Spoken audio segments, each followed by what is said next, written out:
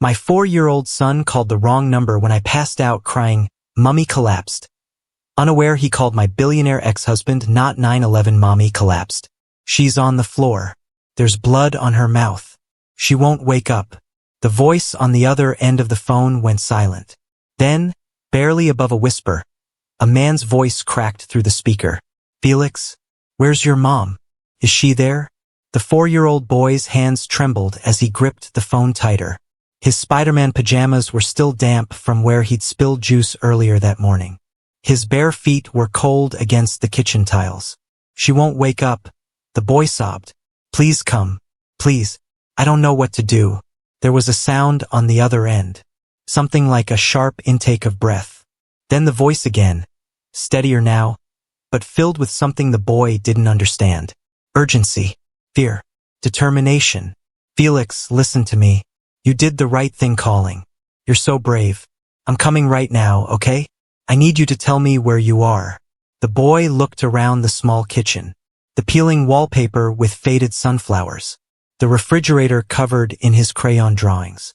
The window that looked out onto the rusty fire escape. I don't know the address, he whispered. We live in the blue house. With the broken step. A pause. Then, blue house with a broken step.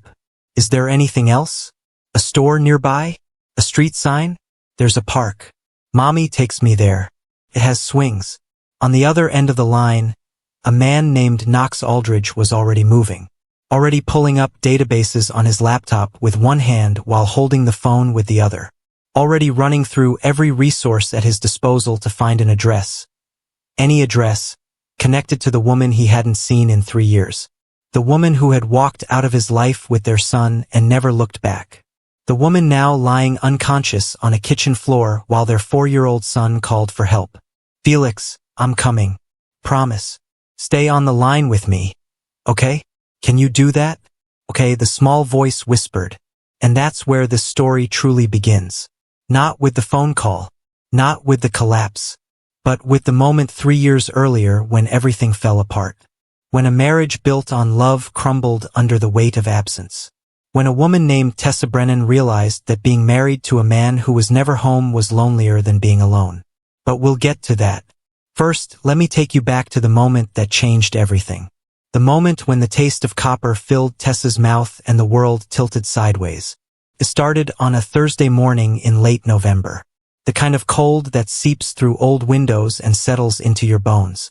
Tessa Brennan stood at the kitchen counter of her small apartment above a shuttered laundromat on Langford Avenue, trying to pour coffee into a chipped mug while her hands trembled. She'd woken up dizzy. That wasn't unusual anymore. She'd been dizzy for weeks, tired for months, running on fumes for so long that she'd forgotten what it felt like to not be exhausted. The coffee pot felt heavier than it should. She set it down carefully, gripping the counter's edge. The laminate was peeling near the sink. She'd been meaning to fix that. Add it to the list of 1,000 things she'd been meaning to do but never had time for. Mommy, I'm hungry. Felix stood in the doorway wearing mismatched socks and his favorite Spider-Man pajamas. The ones with the hole in the knee that she kept meaning to patch. His dark hair stuck up in every direction. He had his father's eyes. Deep brown, almost black. The kind that seemed to see right through you. Tessa forced a smile. She'd gotten good at that. Forcing smiles when everything inside her felt like it was breaking. Come here, baby. Let's get you some breakfast. She moved toward the refrigerator. 3 steps. That's all it was. 3 simple steps across a kitchen that was barely 10 feet wide. But on the second step, something happened. The room tilted. Not slowly. All at once, like someone had yanked the floor out from under her. The edges of her vision went dark. Static filled her ears. Her mouth flooded with the metallic taste of copper. She reached for the counter but her hand found only air. The last thing Tessa Brennan remembered before the darkness took her was the sound of her son screaming her name. Mommy! Then nothing. Felix stood frozen in the doorway. His mother lay on the kitchen floor, one arm stretched out like she'd been trying to catch herself. Her hair covered half her face. There was blood. Just a little bit. On her bottom lip where she'd bitten down when she fell. She wasn't moving. Mommy? Felix took a small step forward. His voice was tiny, scared. "Mommy, wake up." Nothing. He moved closer, knelt down beside her, touched her shoulder with one small hand. "Mommy, please wake up." Her chest moved, up and down, slow. She was breathing, but she wouldn't open her eyes. Felix felt something tight in his chest, like when he held his breath underwater for too long at the community pool, like he couldn't get enough air. But he remembered what Mommy told him. She'd made him practice, made him memorize it. If something bad happens, baby, you call 911. You press the phone and you tell them Mommy needs help. Can you do that for me? Felix had nodded. He could do that. He was a big boy, 4.5 years old, almost 5. He climbed onto the chair. His mother's phone was on the kitchen table, plugged into the charger. The screen was cracked in one corner. Felix knew how to open it. Mommy had shown him. Swipe up, press the numbers. But his hands were shaking, and his eyes were blurry with tears, and the numbers looked all jumbled together. 911. He tried to press them, but his fingers slipped. He tried again, but the tears were falling now and he couldn't see. And then he saw something else. Not numbers. A name. Daddy. Felix knew that name. Mommy didn't talk about Daddy very much, but she'd shown him pictures once. When he'd asked why all the other kids at daycare had daddies who picked them up, but he didn't. Mommy had gotten very quiet. Then she'd pulled out her phone and showed him a picture. A man with dark hair and dark eyes and a smile that looked a little bit sad. "That's your daddy," Mommy had said. Her voice was soft. "He's far away, but he loves you very, very much." Felix had asked when Daddy was coming home. Mommy had started crying. Not loud crying. The quiet kind. The kind she did sometimes late at night when she thought Felix was asleep. "I don't know, baby," she'd whispered. Now, standing in the kitchen with his mother unconscious on the floor, Felix looked at that name on the phone screen. Daddy. Mommy said to call 911, but Felix didn't know how to dial it. And Daddy's name was right there. And Mommy said Daddy loved him very much. Felix pressed the name. The phone rang. Once. Twice. "Please pick up," Felix whispered. "Please, please pick up." 3 rings. 4. Then a voice. Deep. A little rough, like he'd just woken up. But calm. "Tessa?" Felix's breath hitched. "This isn't Tessa." A pause. Longer this time. Then softer. "Who is this?" "I'm Felix." The words tumbled out fast. Scared. Mommy collapsed. "She's on the floor. There's blood on her mouth. She won't wake up." Another pause. But this one was different. This one felt like the whole world had stopped moving. Then the voice again. Different now. Urgent. Focused.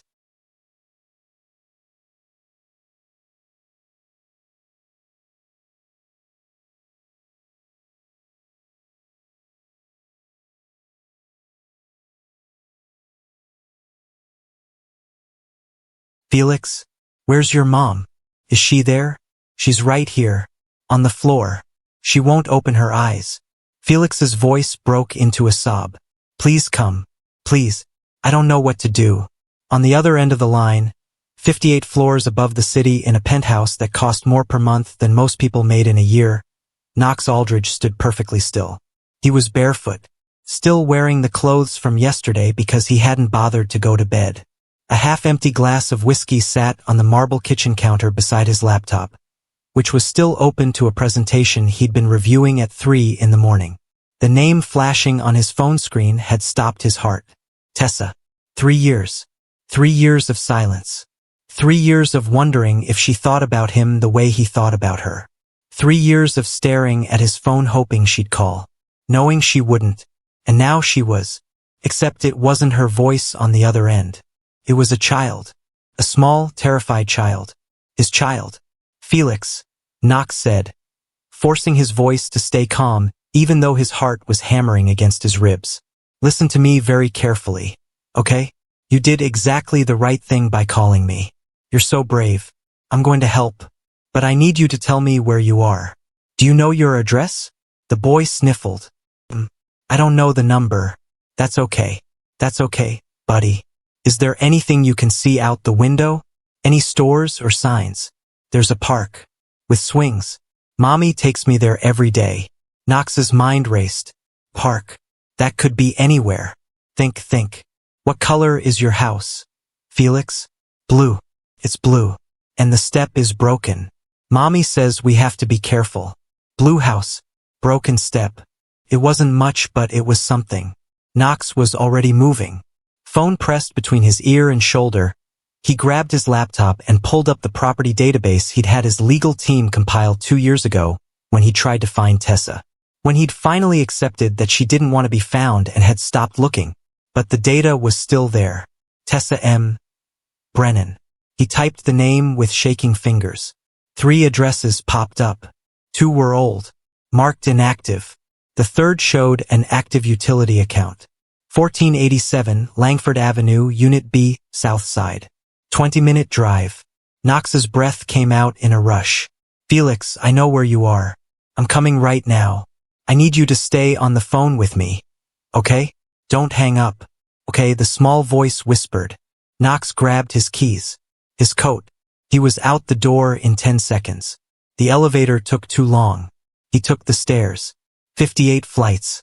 His legs burned, but he didn't slow down. He hit the parking garage at a dead run. The SUV roared to life. Knox, still on the phone, pulled out onto the street. Felix, I'm in my car now. Talk to me, buddy. Tell me about your favorite thing. What do you like to play? A small sniffle. Spider-Man. I have a costume. Mommy got it for my birthday. That sounds really cool.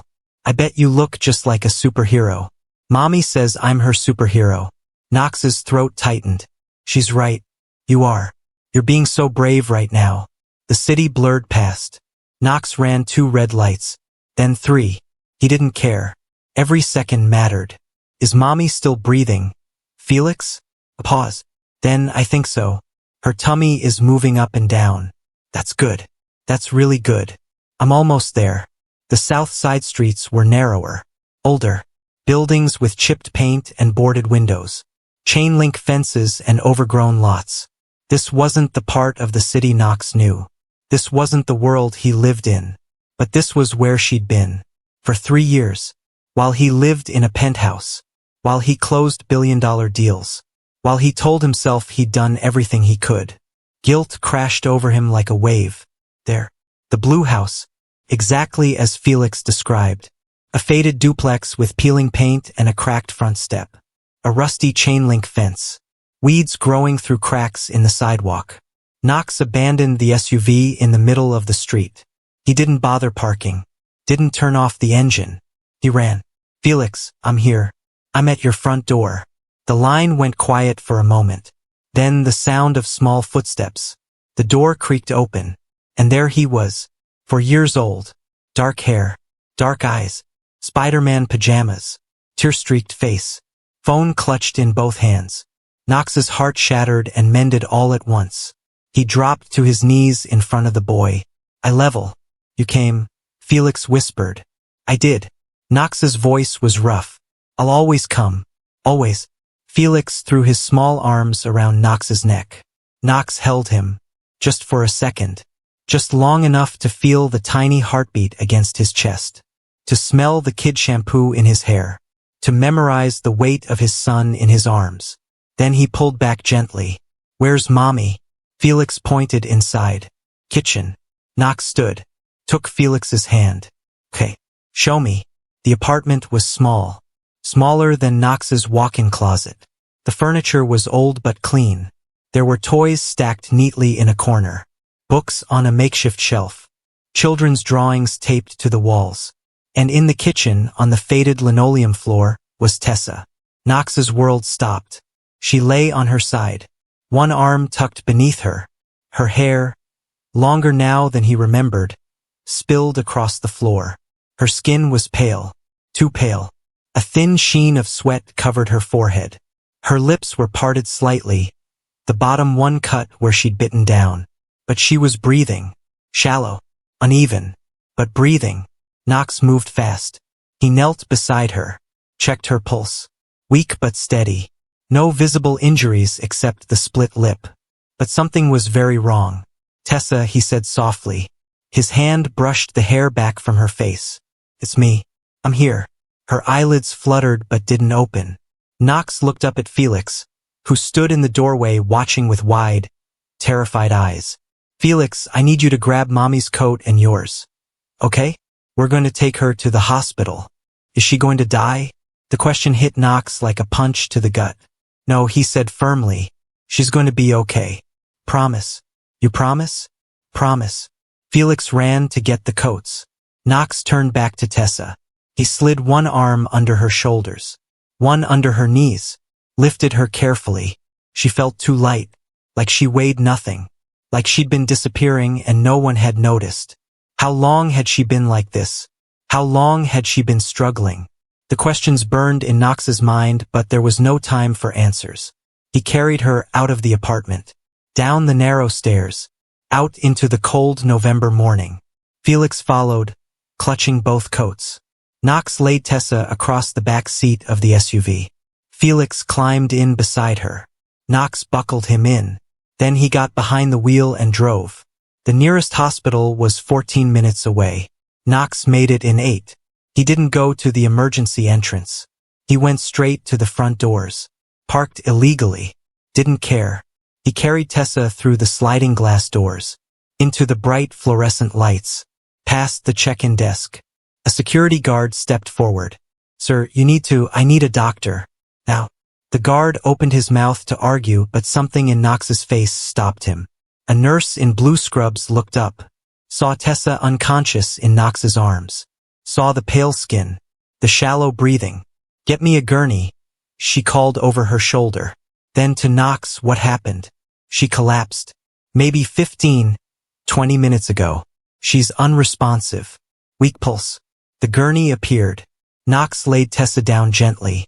The medical team swarmed. Vitals. For oxygen mask. They wheeled her toward the trauma bay.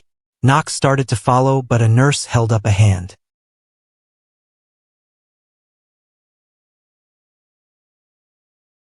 Sir, we need you to wait here. We'll update you as soon as we can. I'm not leaving her. The nurse's expression softened. Are you family? Knox hesitated. The truth was complicated. But technically, legally, he still was. I'm her husband. It wasn't a complete lie. The divorce papers had been drawn up 3 years ago, but neither of them had ever signed. The nurse nodded. Wait in the family area. Someone will come talk to you. Knox watched as they wheeled Tessa through the double doors. Watched until she disappeared from view.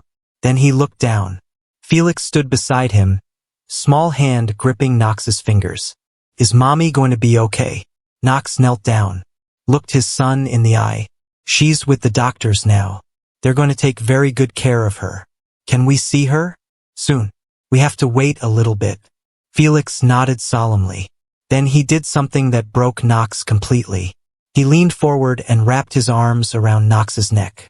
I'm glad you came, Daddy. Knox held his son and tried not to cry. Me too, buddy. Me too. The family waiting area smelled like antiseptic and bad coffee. The chairs were hard plastic. The fluorescent lights hummed overhead.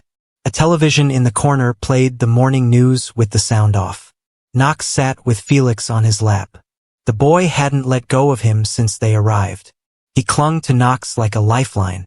Are you hungry? Knox asked gently. Felix shook his head. When was the last time you ate? The boy thought about it. Last night. Mommy made mac and cheese. Knox's jaw tightened. What about breakfast? Mommy was going to make it. But then she fell down. It was almost 9 in the morning. The kid hadn't eaten in over 12 hours. Come on, Knox said, standing up with Felix still in his arms. Let's find you something to eat. But what if the doctor comes? I'll keep my phone with me. They'll call if anything changes. Knox carried Felix through the hospital corridors until they found a cafeteria. It was mostly empty at this hour. A few nurses on break. A doctor getting coffee. Knox set Felix down in a chair and went to get food. Scrambled eggs. Toast. Fruit. Juice. When he came back, Felix was sitting very still, staring at the table. Here, buddy. Try to eat something. Felix picked at the eggs. Took a small bite. Then another. Knox watched him. Really looked at him for the first time. The boy was thin, not alarmingly so, but enough that Knox noticed. His clothes were clean but worn. The Spider-Man pajamas had been washed so many times the colors were faded. "Do you like school?" Knox asked, trying to keep the conversation normal. Felix nodded. "I go to Little Stars daycare. Miss Hannah is my teacher." "What's your favorite thing to do there?" "I like the blocks. I build towers. Really tall ones." "What else do you like?" Felix thought about it while chewing a piece of toast. "I like when Mommy picks me up. She's always really happy to see me." "Does she pick you up every day?" "Sometimes she's late. Because of work. But she always comes." "What kind of work does Mommy do?" Felix's small face scrunched up. "She cleans buildings. At night. And she works at the store with the clothes. And sometimes people bring her broken things and she fixes them." Knox's chest tightened. 3 jobs. She was working 3 jobs. "Does Mommy have any friends who help? Or family?" Felix shook his head. "Just us. But that's okay because we have each other." The simple statement carried a weight that made Knox want to break something. For 3 years, Tessa had been doing this alone. Raising their son alone. Working herself to exhaustion. While Knox lived in a penthouse and pretended he'd done everything he could. He hadn't. He'd given up. He'd let his pride and his hurt keep him from fighting for them. And now she was in a hospital bed because she'd pushed herself past the breaking point. Knox's phone buzzed. A text from his assistant. "Emergency board meeting at 11. Singapore deal needs your approval." Knox stared at the message. Then he typed back. "Cancel it. I'm not available." The response came immediately. "Knox, this is a $1 billion deal. You can't." He didn't read the rest. He turned his phone off and put it in his pocket. Felix was watching him. "Is that your work?" "Yeah." "Do you have to go?" "No. I'm staying right here with you." Felix smiled. It was a small smile. Tentative. But real. "My mommy talks about you sometimes." Knox's heart stopped. "She does?" Felix nodded. "When she thinks I'm asleep. She looks at pictures on her phone and cries." Knox had to look away.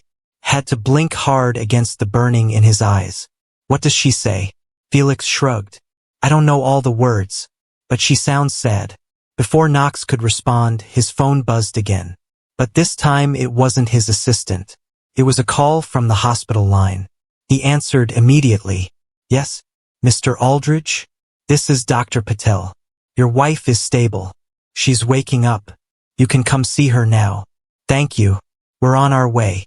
Knox scooped up Felix and headed back to the emergency department.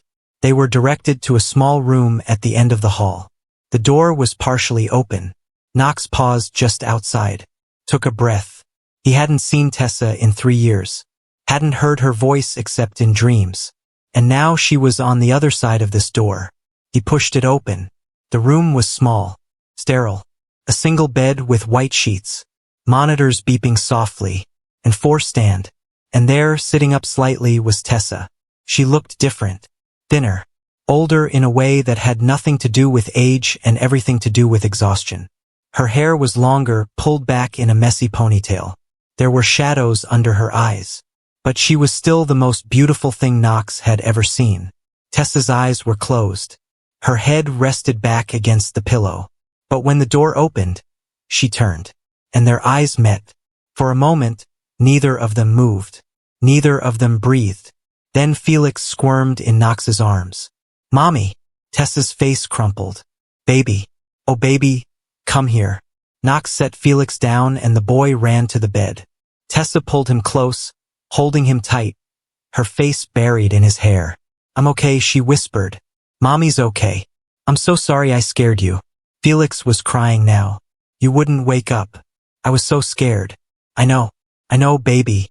But you were so brave. You did exactly what you were supposed to do." She looked up then. And Knox, standing just inside the door, hands in his pockets, looking like he didn't know whether to stay or go. Tessa's breath caught. Knox. His name on her lips after 3 years of silence. Tessa. They stared at each other. 1,000 words unspoken between them. Finally, Tessa managed to find her voice. "What are you doing here?" Knox took a step closer. "Felix called me." Tessa blinked. confused. What? He thought he was calling 911. But your phone. My number is still saved. Tessa's face went pale, then red. Oh God, I didn't think. I'm so sorry. You didn't have to, I wanted to, Knox interrupted. His voice was quiet but firm. He called and said you collapsed. I came. Tessa looked down at Felix, who was still pressed against her side. You called Daddy? The boy nodded. I didn't know the numbers for 911, but I saw Daddy's name, so I pressed it. Smart thinking, Tessa whispered, but her eyes were shining with tears. Knox moved closer, pulled up a chair, sat down. The doctor said you're stable, but they're running more tests. Tessa nodded. I'm fine. I don't know. I got dizzy. This happened before but never like this. How long? Tessa hesitated. A few weeks. Maybe a month.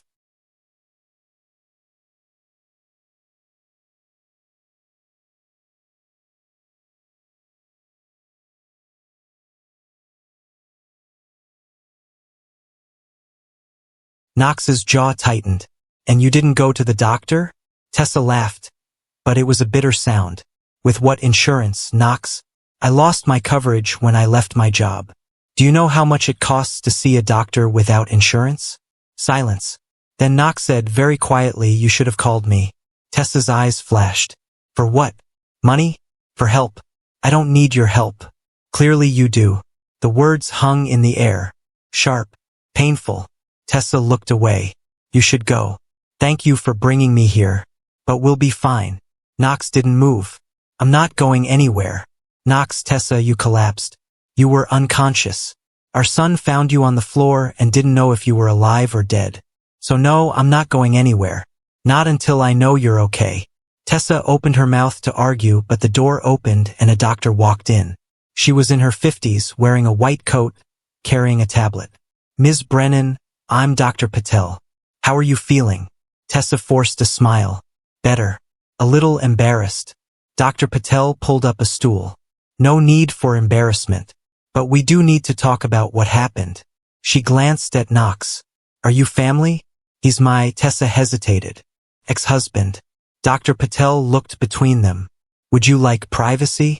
Tessa started to say yes, but Knox spoke first. I'd like to stay, if that's okay. Tessa looked at him. Then at Felix, who was still curled against her. Finally she nodded. It's fine. Dr. Patel looked down at her tablet. Ms. Brennan, your blood work shows some concerning markers. Severe anemia, dangerously low blood sugar, and your white blood cell count is abnormal. Tessa's face went pale. What does that mean? Could mean a few different things. We need to run more comprehensive tests to be sure. But combined with your symptoms, chronic fatigue, dizziness, weight loss, I'm concerned. Concerned about what? Dr. Patel's expression was kind but serious. We need to rule out some possibilities. Thyroid dysfunction, autoimmune disorders, and she paused, possibly other conditions. She didn't say the word, but it hung in the air anyway. Cancer. Tessa's hand tightened on Felix's shoulder. When will we know? We're expediting the tests. I'd like to keep you here overnight for observation, and we should have preliminary results by tomorrow afternoon. Tessa nodded numbly. In the meantime, Dr. Patel continued, you need rest, fluids, and I'm prescribing iron supplements immediately. Your levels are critically low. Okay. Do you have someone who can help you at home? Family? Friends? Tessa's laugh was hollow. No, it's just me. Dr. Patel glanced at Knox, then back to Tessa. I'll leave you to rest. A nurse will be in shortly to get you set up in a room upstairs. She left. The silence that followed was deafening. Finally, Felix spoke up, his small voice breaking the tension. Mommy, are you sick? Tessa pulled him close. I'm gonna be fine, baby. The doctors just want to make sure. But Felix was 4. He didn't understand medical jargon. He only understood that his mother had been on the floor and now doctors were saying scary words. I don't want you to be sick. I'm not, sweetheart. Promise. But Tessa's voice wavered. Knox stood. Felix, how about you and I go find a vending machine? Let mommy rest for a minute. Felix looked uncertain. It's okay, Tessa said softly. Go with daddy. I'll be right here. The word hit Knox in the chest. Daddy. She called him Daddy. Felix slid off the bed and took Knox's hand. Knox led him out into the hallway, leaving Tessa alone with her thoughts and her fears. They found a vending machine near the elevator bay. Knox bought Felix a pack of crackers and a juice box. The boy sat on the floor, legs crossed, carefully opening the package. Knox leaned against the wall, watching him. This was his son. This small, brave, incredible kid. And Knox had missed 4 years of his life. 4 years of first words and first steps. 4 years of bedtime stories and scraped knees. 4 years of being a father. And he couldn't get them back. But maybe, if Tessa would let him, he could be there for the rest. Felix looked up at him. Are you going to stay? Knox crouched down to his level. Do you want me to stay? Felix nodded. Mommy needs help. And I can't carry her. I'm too small. Knox's throat tightened. You're not too small, buddy. You saved her life today. You called for help. That's the bravest thing anyone can do. Felix thought about that. Then he asked, why don't you live with us? The question was so innocent, so direct, and Knox had no good answer. It's complicated, he said finally. Did you and Mommy have a fight? Sort of. Are you still mad at her? Knox shook his head. No, I was never mad at her. Is she mad at you? I think so. And I think she has every right to be. Why? Because I wasn't there when she needed me. Felix took a sip of his juice. You're here now. Those 3 words. So simple. So true. Yeah, Knox said softly. I'm here now. They sat in silence for a minute. Then Felix said, I think Mommy still loves you. Knox's heart stopped. What makes you say that? Because she cries when she looks at your picture. And she only cries about people she loves. Like Grandma. Grandma died and Mommy cried a lot. Knox didn't know Tessa's mother had passed. Another thing he'd missed. I'm sorry about your grandma. I don't remember her much. I was little. Felix finished his crackers and stood up. Can we go back to Mommy now? Yeah. Let's go. When they returned to the room, Tessa had been moved upstairs to a private room. A nurse directed them to the 3rd floor. The new room was bigger. A real bed instead of a gurney. A chair that folded out into a cot. A window that looked out over the city. Tessa was sitting up, still connected to the 4, but looking more alert. Felix ran to her. We got crackers. That's good, baby. Knox hung back by the door. Tessa looked at him. You don't have to stay. I know, but you're going to anyway. Yes. She sighed. Knox, I appreciate what you did today. Really. But we'll be fine. You have a life. Company. I'm sure you have things. The company can wait. It's a billion-dollar company. And you're the mother of my son. There's no comparison. Tessa looked away. I can't do this right now. Do what? This? Whatever this is. I'm too tired. Then don't. Just rest. I'll be here. Why? Because 3 years ago you needed me and I wasn't there. I'm not making that mistake again. Tessa's eyes filled with tears. Don't do this. Do what? Act like you care now just because you feel guilty. I do feel guilty, Knox said quietly. I feel guilty every single day. But that's not why I'm here. I'm here because when Felix called and said you were hurt, I realized something. What? That I never stopped loving you. The words hung in the air. Tessa stared at him, tears streaming down her face. Knox, she whispered. Don't. It's the truth. The truth is you chose your company over your family. You're right. I did. And I've regretted it every day since. Then why didn't you come after me? I did. For months. But you made it clear you didn't want to be found. And I thought maybe you were better off without me. Tessa laughed through her tears. Better off? Knox, I've been working 3 jobs just to keep a roof over our heads. I skip meals so Felix can eat. I haven't been to a doctor in 2 years because I can't afford it. Does that sound better off to you?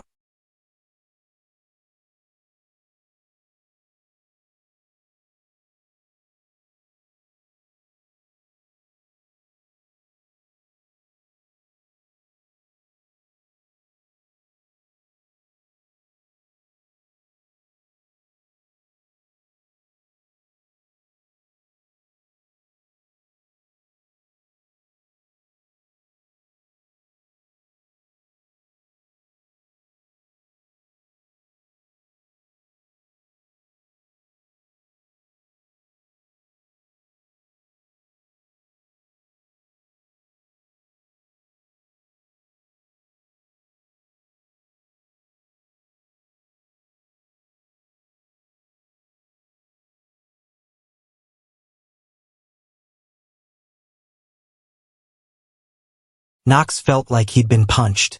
I didn't know. How could you? You stopped looking. Because you asked me to. His voice rose and Felix looked up, startled. Both of them stopped, took a breath. Knox lowered his voice. You filed a restraining order, Tessa. Your lawyer told mine that if I came near you or Felix, you'd press charges. What was I supposed to do? Tessa's face went white. I never filed a restraining order. Yes, you did.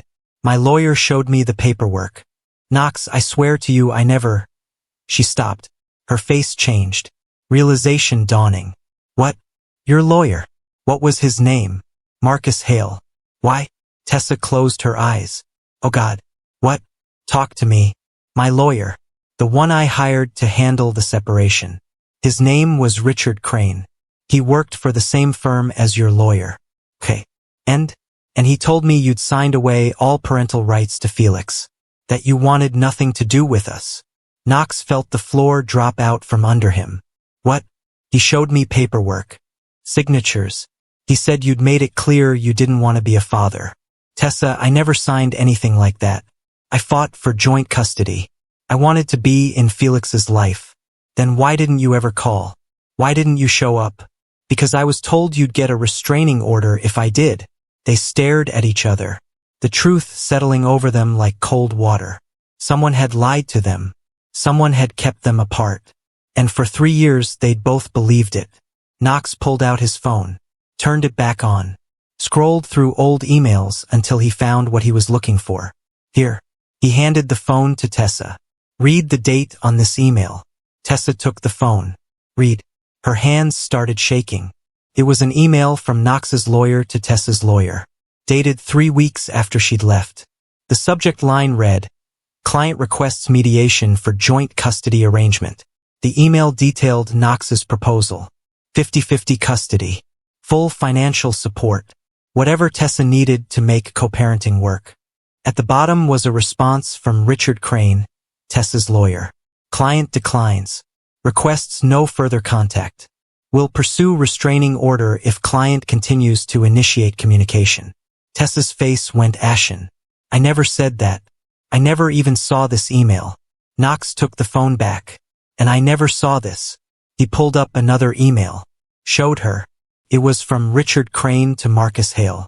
Dated 2 days after Tessa had left. Client wishes to terminate all parental rights. Requests client sign formal documentation relinquishing custody and financial responsibility. Below it, Marcus Hale had responded to Knox. Tessa is requesting you sign away your rights to Felix. She's made it clear she doesn't want you involved. I advise you to respect her wishes. Knox's voice was tight. I told Marcus I wouldn't sign. I said I wanted to fight for my son. He told me that dragging you through a custody battle would only hurt Felix. That the kindest thing I could do was step back and let you move on. Tessa was crying openly now. Richard told me the same thing. He said fighting you in court would bankrupt me. That you had an army of lawyers and I had nothing. He said the best thing for Felix was to let you go. They were played. 2 lawyers from the same firm had deliberately kept them apart. Had fabricated documents. Had lied to both of them. But why? Knox's mind was already working. Marcus Hale had been his lawyer for years. Handled everything from contracts to personal matters. He'd been the one to suggest Richard Crane when Tessa needed representation. Said he was the best family lawyer in the city. That he'd take care of her. And he had. Just not in the way Knox had intended. I'm going to destroy him, Knox said quietly. Tessa looked up. What? Marcus Hale. Richard Crane. Both of them. I'm going to make sure they never practice law again. Knox, we don't even know if I'll get proof. I'll hire investigators. Forensic accountants. I'll dig into every case they've ever handled. And when I find the evidence, and I will find it, I'm going to bury them. Tessa wiped her eyes. Why would they do this? I don't know yet, but I'm going to find out. A soft knock interrupted them. A nurse peeked in. Sorry to interrupt. I just need to check vitals. Tessa nodded. The nurse came in, checked the monitors, made notes on a tablet. Everything looks stable. Try to get some rest. Doctor will be back in the morning with your test results. Thank you. The nurse left. Felix had curled up on the chair, fighting sleep. Knox stood. I should let you rest. Where are you going? To take Felix home. Get him cleaned up. Federal. Then I'll bring him back. Tessa's face crumpled. You're taking him? Just for a few hours. He needs food. A bath. Sleep. Knox, I can't. I can't be away from him right now. Tessa, you need to rest. And he needs taking care of. Let me do this. What if something happens? What if the test results, then I'll bring him right back. Promise. Tessa looked at Felix. Her baby. She hadn't been away from him for more than a few hours since he was born. But Knox was right. Felix needed care. And she could barely sit up without getting dizzy. Okay, she whispered. But you bring him back first thing in the morning. First thing. Promise. Knox walked over to Felix. Gently scooped him up. The boy stirred but didn't wake. Tessa watched them. Her son in the arms of the man she'd loved. Still loved. Had never stopped loving. Knox paused at the door. Looked back at her. Tessa. Yeah. I meant what I said. I never stopped loving you. Then he was gone. Tessa lay back against the pillows and let herself cry. Really cry. For the first time in 3 years. Knox carried Felix through the hospital parking lot. The boy was dead weight in his arms. Exhausted. The adrenaline from the morning finally wearing off. Knox buckled him into the back seat of the SUV. Found a blanket in the trunk and tucked it around him. Then he got behind the wheel and just sat there for a moment. His son was in his car. His son. The child he'd only seen in photographs for 4 years. And Tessa. God. Tessa. Still beautiful. Still strong. Even broken and exhausted in a hospital bed. She was the strongest person he'd ever known. And someone had deliberately kept them apart. Knox pulled out his phone. Dialed a number. It rang twice before a crisp voice answered. Aldridge Residence. Mrs. Chun, it's Knox. I need you to prepare the guest room. I'm bringing someone home. Of course, sir. How many guests? 1.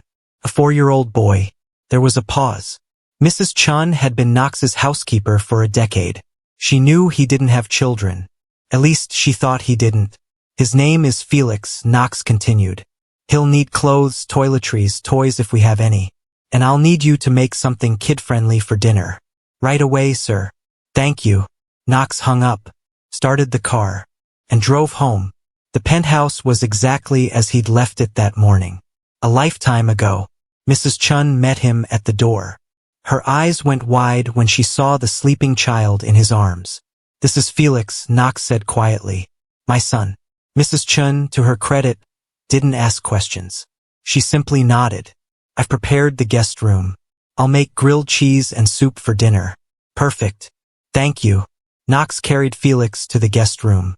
It had been converted. The bed had race car sheets. There were stuffed animals on the shelf. A small bookcase with children's books. Mrs. Chun worked fast. Knox laid Felix on the bed, took off his shoes, covered him with a blanket. The boy stirred, opened his eyes halfway. Daddy? The word still hit Knox like a freight train. I'm here, buddy. Go back to sleep.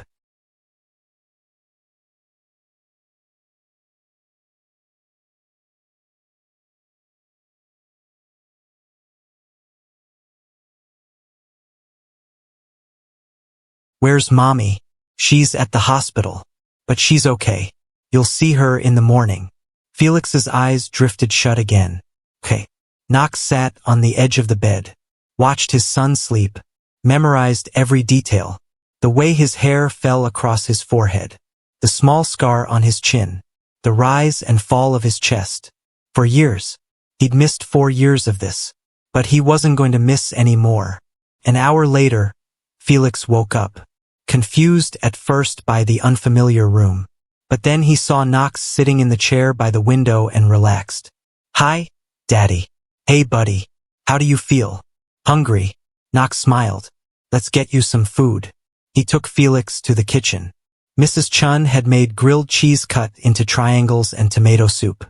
Felix ate like he was starving. Knox watched him. When was the last time you had a meal like this? Felix shrugged.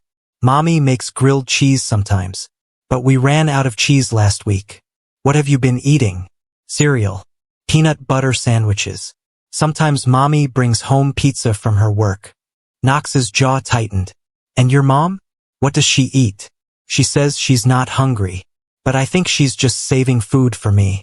Knox had to look away, had to take a breath. After dinner, he gave Felix a bath.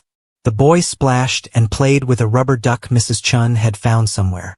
Knox knelt beside the tub, helped wash Felix's hair. The simple act of caring for his child filled something in Knox he hadn't known was empty. After the bath, Knox found pajamas that Mrs. Chun had bought. They were a little big, but Felix didn't seem to mind. These are nice, Felix said, running his hands over the soft fabric. You like them? Felix nodded. Can I keep them? Of course. And can I come back here again? Knox crouched down. Eye level. Felix, I want you to come here as much as you want. This is your home too. Felix's eyes went wide. Really? Really? What about Mommy? Can she come too? Knox's heart clenched. I hope so. They settled on the couch. Knox turned on a kids' movie.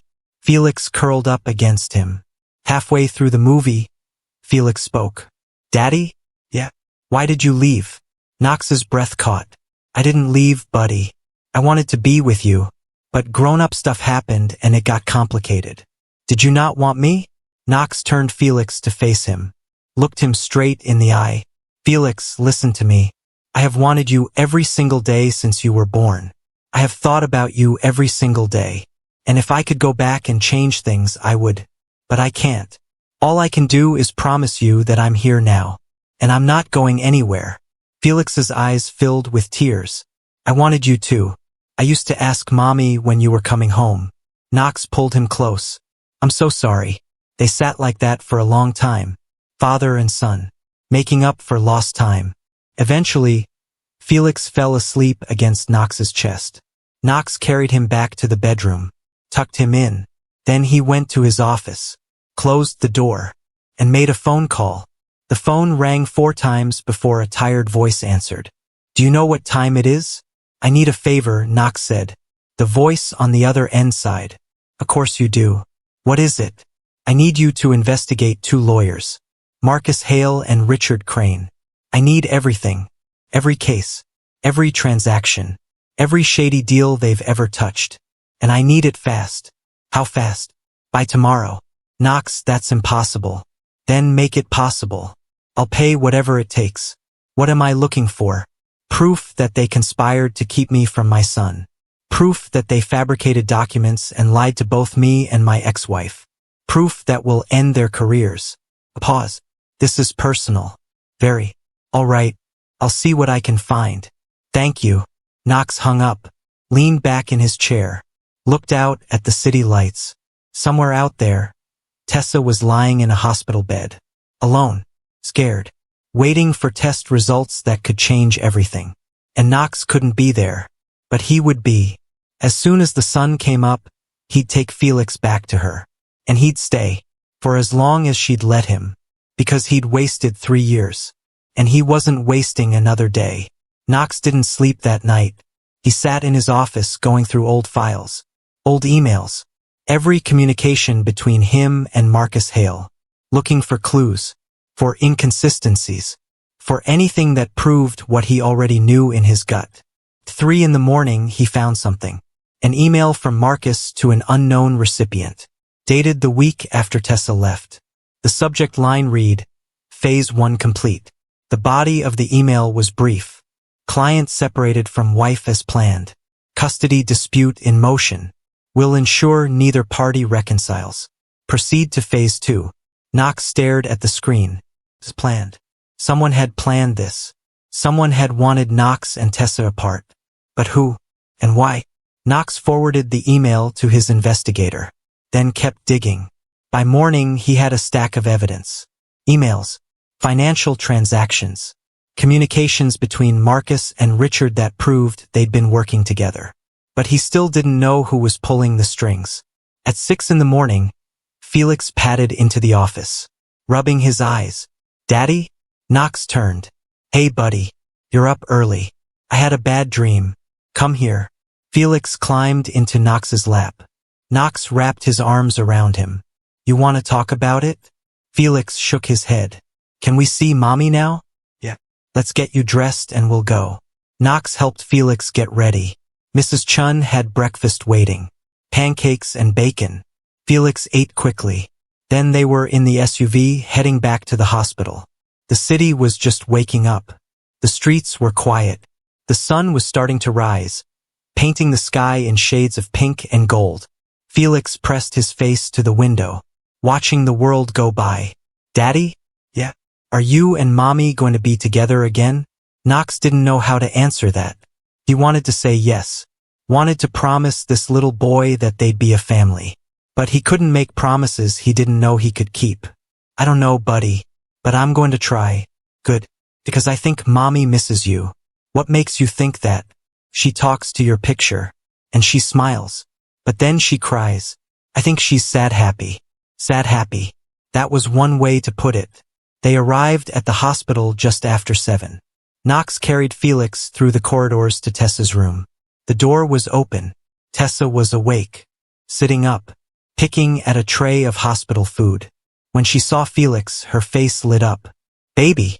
Felix ran to her, climbed onto the bed. Tessa held him tight. I missed you so much. I missed you too, Mommy. But Daddy took good care of me. We had grilled cheese and I took a bath and I have new pajamas and we watched a movie and… Tessa laughed through her tears. Slow down. Tell me everything. Felix launched into a detailed account of his evening. Tessa listened, smiling, but her eyes kept drifting to Knox. He stood by the door, watching them. Thank you, Tessa said quietly. Knox nodded. How are you feeling? Tired? Anxious? They're supposed to bring the test results this morning. I'll stay, if you want. Tessa hesitated, then nodded. I'd like that. Knox pulled up a chair, sat down. They waited in silence. Felix chattered between them, playing with the remote control for the bed, making it go up and down. At 8:30, Dr. Patel knocked and entered. Good morning. She looked at the chart in her hands. I have your results. Tessa gripped Felix's hand. Okay. Dr. Patel sat down. The good news is it's not cancer. Tessa exhaled, a sob of relief escaping. Thank God, Knox whispered.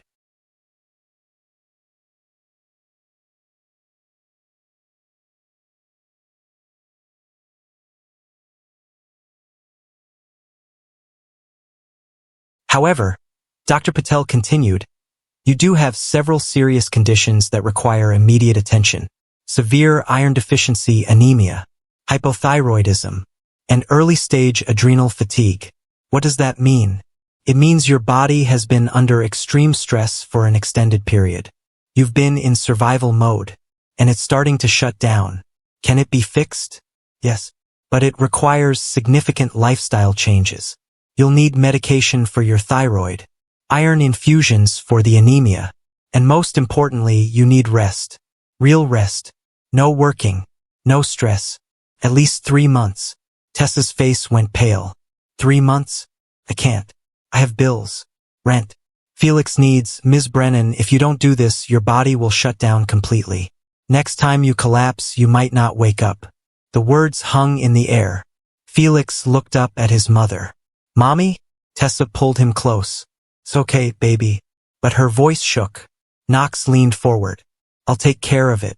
Tessa's head snapped toward him. No. Tessa, I said no. This isn't negotiable.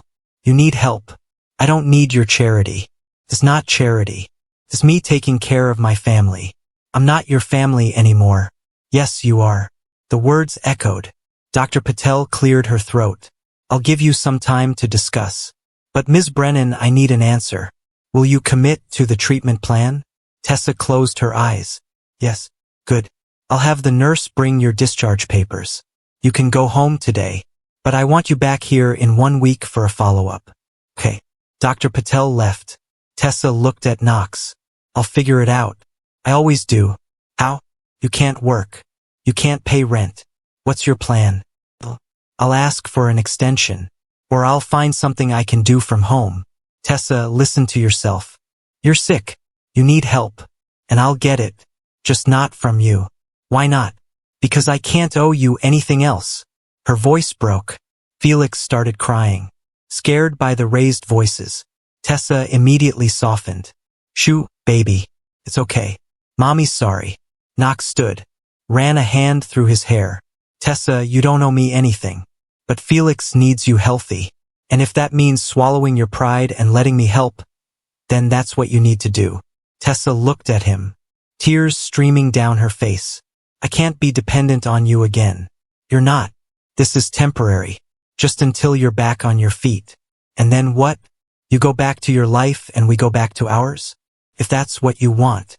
Liar. Knox stopped. What? You said you still love me.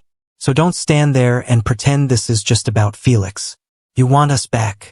Knox's jaw tightened. You're right. I do. But that's not why I'm offering to help. I'm offering because it's the right thing to do. Because you're the mother of my son. And because whether you believe it or not, I care about you. Tessa looked away. Knox softened his voice. Let me do this. Please, let me help. A long silence. Then, finally, Tessa whispered. Okay. 3 months. I'll let you help for 3 months. But after that, we figure out a real plan. Deal. Knox let out a breath he didn't know he'd been holding. Tessa looked at Felix, who had stopped crying but was still sniffling. How do you feel about staying with Daddy for a little while? Felix's face lit up. Really? Really? What about you? I'll be there too. Felix looked between them. Like a family? Tessa's throat tightened. Yeah, baby. Like a family. Knox felt something in his chest crack open. This was his chance. Maybe his only chance. And he wasn't going to waste it. 2 hours later, Tessa was discharged. Knox brought the SUV around, helped her into the passenger seat. Felix climbed into the back. As Knox drove through the city, Tessa stared out the window. This was a mistake, she thought. Letting him back in. Letting herself hope. Because hope was dangerous. Hope was the thing that had broken her the first time. But as she glanced in the side mirror and saw Felix smiling in the back seat, she thought maybe, just maybe, it was worth the risk. Knox pulled up to the penthouse. Tessa's eyes went wide. This is where you live? Knox nodded. She looked at the gleaming glass tower, the valet parking, the doorman. Then she looked down at her worn jeans and Felix's faded jacket. Can't, she whispered. Can't what? Be here. Live here. It's too much. It's just a place. It's a palace. Knox turned to her. Tessa, I don't care where we are. I just want you safe. Please. She closed her eyes. Took a breath. Okay. They rode the elevator to the 58th floor in silence. When the doors opened, Felix gasped. The penthouse was massive. Floor-to-ceiling windows overlooking the entire city. Modern furniture. Polished concrete floors. Art on the walls that probably cost more than Tessa made in a year. Whoa, Felix breathed. Mrs. Chun appeared. A warm smile on her face. Welcome home. Tessa felt tears prick her eyes. This wasn't home. Home was the tiny apartment with the peeling paint and the broken step. But maybe, just for a little while, she could pretend. Mrs. Chun led them down a wide hallway. Her footsteps were quiet against the polished floors. Tessa followed, holding Felix's hand, feeling more and more out of place with every step. I've prepared the master suite for you, Mrs. Chun said to Tessa, and the room next door for the young man. Tessa opened her mouth to protest, to say she didn't need the master suite, that a couch would be fine. But Knox spoke first. Thank you, Mrs. Chun. That's perfect. The housekeeper opened a door at the end of the hall. Tessa stepped inside and her breath caught. The room was enormous, bigger than her entire apartment. A king-sized bed with crisp white linens sat against one wall. Floor-to-ceiling windows offered a panoramic view of the city. There was a sitting area with a couch and chairs. A door that led to what looked like a massive bathroom. This is too much, Tessa whispered. Knox stood in the doorway. You need rest. You need comfort. This is both. Where will you sleep? My room is on the other side of the penthouse. You'll have complete privacy. Tessa nodded slowly. She was too tired to argue. Felix tugged her hand. Mommy, can I see my room? Mrs. Chun smiled. Right this way, young man. She led Felix next door. Tessa and Knox followed. Felix's room had been transformed. Race car bedding, shelves full of toys and books, a small desk with crayons and paper, stuffed animals arranged on a chair. Felix ran into the room, his eyes wide with wonder. "Is this all for me?" "All for you," Knox said. Felix picked up a stuffed dinosaur, hugged it tight. "This is the best room ever." Tessa felt tears sliding down her cheeks. She turned away so Felix wouldn't see. But Knox saw. He stepped closer, lowered his voice. "Tessa." She shook her head. "I'm fine. You don't have to be strong right now." "Yes, I do. Because if I stop, if I let myself feel everything I'm feeling, I'll fall apart. And I can't fall apart. Not in front of Felix." Knox wanted to pull her into his arms. Wanted to tell her it was okay to fall apart. That he'd be there to catch her. But he didn't. Not yet. Mrs. Chun cleared her throat gently. "I'll prepare lunch. Please make yourselves comfortable." She left quietly. Felix was already on the floor, lining up toy cars. Tessa stood in the doorway watching him. "He looks happy." "He is. I haven't seen him this happy in a long time." Knox moved to stand beside her. "He deserves to be happy. So do you." Tessa didn't respond. After a moment, Knox said, "I'll let you get settled. If you need anything, I'm just down the hall." "Knox." He turned back. "Thank you for all of this. I know I've been difficult, but I am grateful."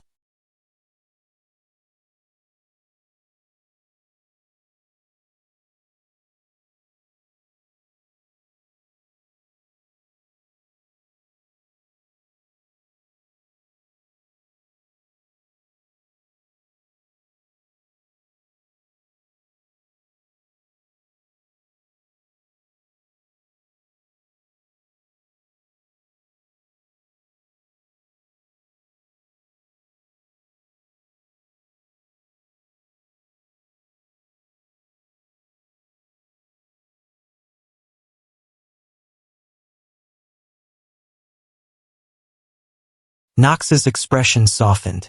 "You're not difficult. You're scared. There's a difference." He left before she could respond.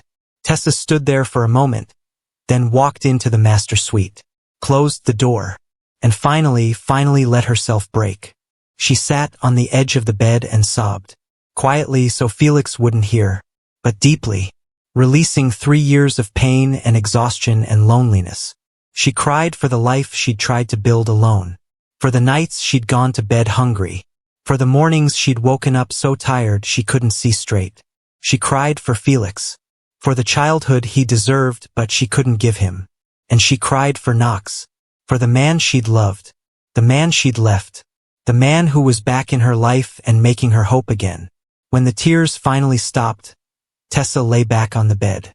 It was the most comfortable bed she'd ever been in. She closed her eyes. And for the first time in 3 years, she slept without fear. When Tessa woke, the room was dark.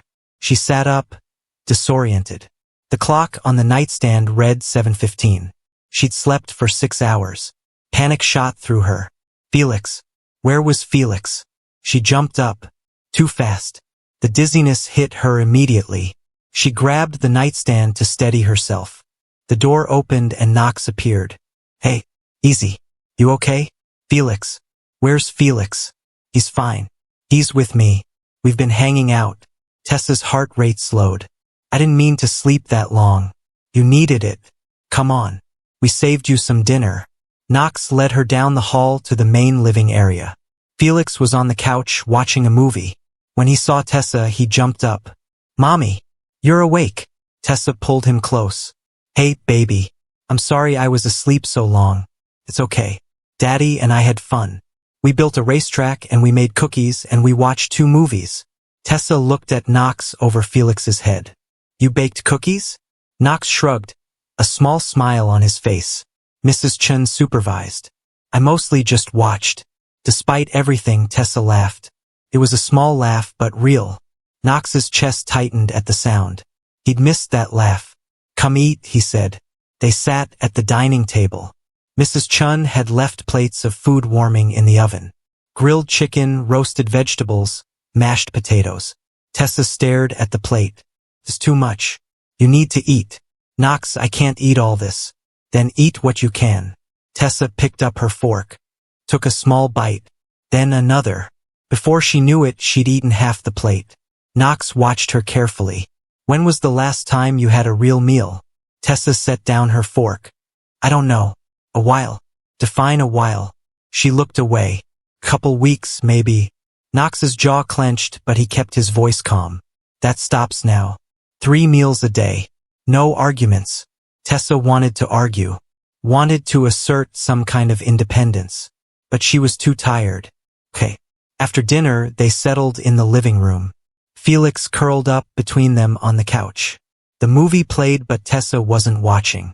She was hyper-aware of Knox beside her, of the warmth radiating from him, of the way his arm rested along the back of the couch, not quite touching her but close enough.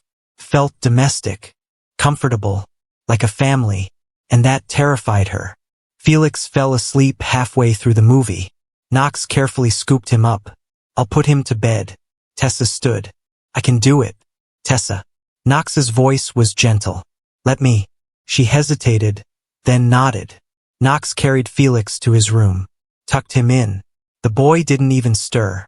When Knox returned to the living room, Tessa was standing by the windows, looking out at the city lights. I forgot how beautiful the view is from up here, she said softly. Knox moved to stand beside her. You've been here before? Once. 4 years ago. You brought me here after we found out I was pregnant. Knox remembered. He'd wanted to show her the life they could have, the future he was building for them. You hated it, Knox said. Tessa shook her head. I didn't hate it. I was overwhelmed by it. There's a difference. She turned to face him. Knox, this penthouse, your life, it's amazing. But it's not me. It's never been me. What is you? Something smaller, simpler, place where I can breathe. You couldn't breathe here? Not when you were never home to share it with me. The truth hung between them. Knox nodded slowly. I know. I failed you. You didn't fail me. You just chose differently. I chose wrong. Tessa looked back out the window. We both made mistakes. They stood in silence for a moment. Then Knox said, I got a call from my investigator today. About the lawyers? Yeah. He found something. Emails between Marcus and Richard.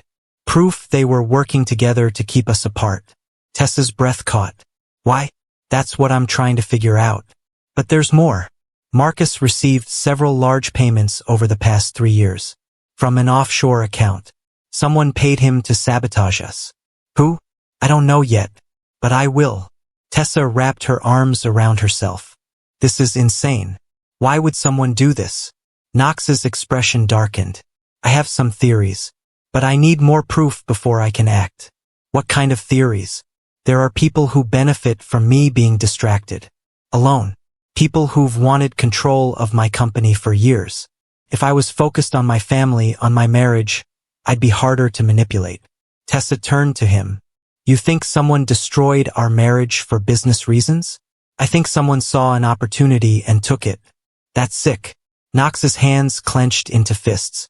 When I find out who it was, they're going to regret it.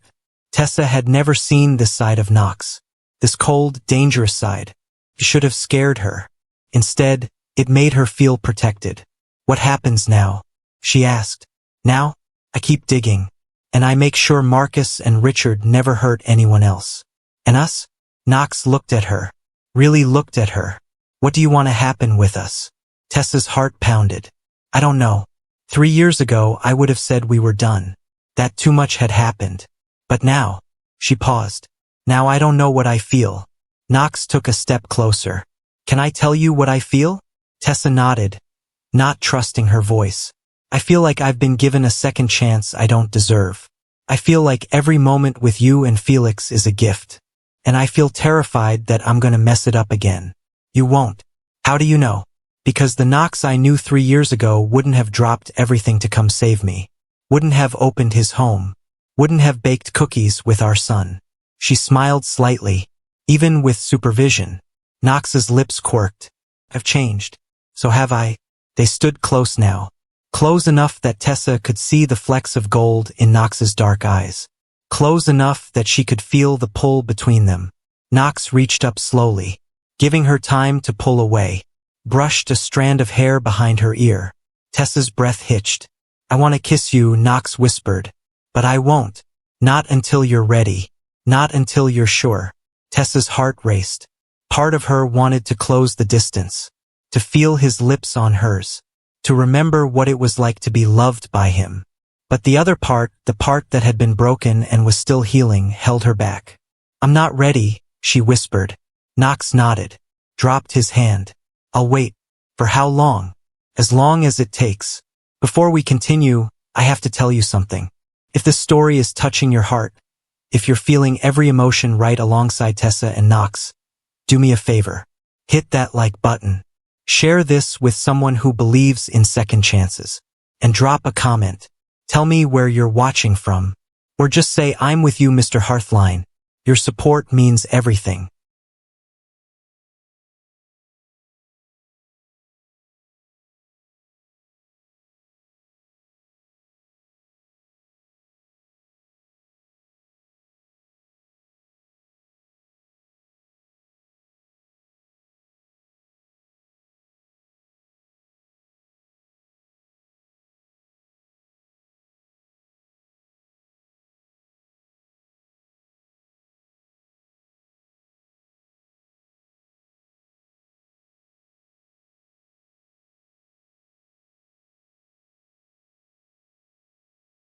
Now let's see what happens next. The next few days fell into a rhythm. Mornings, Knox would make breakfast. Well, Mrs. Chun would make breakfast and Knox would pretend he'd helped. Felix thought it was hilarious. Tessa would sleep late, her body still recovering, still exhausted from years of running on empty. Afternoons, Knox worked from home, taking calls in his office while Felix played. Tessa would sit in the living room, reading or just staring out the window. Evenings were family time, dinner together, movies, board games that Felix barely understood but loved anyway. It was domestic, simple, everything Tessa had wanted 3 years ago, and it was breaking down her walls piece by piece. On the fourth day, Tessa woke to voices in the living room. She pulled on a robe and walked out. Knox was on the phone, pacing, his voice sharp. I don't care what the board says. I'm not coming back until I'm ready. A pause. Then tell them to vote me out. See how that works for them. Another pause. Vanessa, I'm done with this conversation. Handle it. He hung up, ran a hand through his hair, turned and saw Tessa standing there. Sorry. I didn't mean to wake you. Who's Vanessa? My business partner. She's been running things while I've been here. She doesn't sound happy about it. Knox shrugged. She'll manage. Tessa moved into the kitchen, poured herself coffee. Knox followed. You don't have to stay here, Tessa said quietly. If you need to work. I don't need to. I want to. Knox, you're a billionaire. You have a company, responsibilities. And I also have a son I've missed 4 years with. And a woman He stopped. A woman you what? Knox set down his coffee, looked at her. A woman I never stopped loving. Tessa's breath caught. Knox, it's true. I know you're not ready to hear it. I know you need time. But I'm not going to lie to you, Tessa. I want this. I want us. I want to be a family. We can't just pick up where we left off. I know. So we'll start over. Build something new. What if it doesn't work? Then at least we tried. Tessa looked into her coffee cup. I'm scared. So am I. She looked up at him. You don't seem scared. I'm terrified. Every day I wake up afraid you're going to realize you don't need me, that you're better off alone. I'm not better off alone, Tessa whispered. I'm just used to it. You don't have to be anymore. Before Tessa could respond, Felix ran into the kitchen. Daddy, can we go to the park today? Knox looked at Tessa. That okay with you? She nodded. Yeah. Fresh air sounds good. An hour later, they were at the park. The same park where Knox used to take Tessa when they were dating. Before everything got complicated, Felix ran ahead to the playground. Knox and Tessa walked slowly behind. Do you remember this place? Knox asked. Of course. You proposed to me here. Knox smiled at the memory. You said yes before I even finished asking. Because I knew. I knew I wanted to spend my life with you. What changed? Tessa was quiet for a long moment. You did. Or maybe I did. Or maybe we both did. We wanted different things. Did we? Or did we just stop talking about what we wanted? Tessa didn't have an answer. They sat on a bench. Watched Felix climb the jungle gym. He's fearless, Knox said. He gets that from you. No, he gets that from you. You're the strongest person I know, Tessa. She laughed bitterly. I passed out on my kitchen floor because I forgot to eat. You survived 3 years alone, working 3 jobs, raising a child, never asking for help.